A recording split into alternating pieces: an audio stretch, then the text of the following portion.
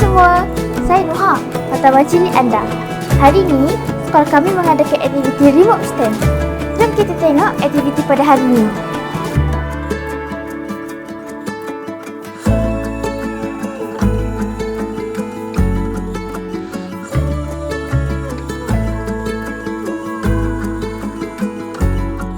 Program rancangan integrasi murid untuk perpaduan remote menyediakan peluang kepada murid pelbagai kaum. Di samping itu, program ini juga dapat mendidik murid-murid percaya kepada diri sendiri dan sedar akan kemampuan dia. Semuanya adalah untuk mewujudkan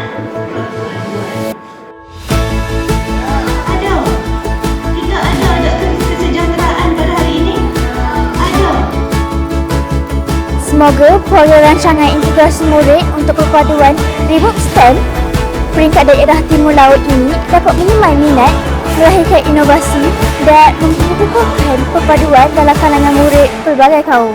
Bersama kita mencipta masa depan yang gemilang.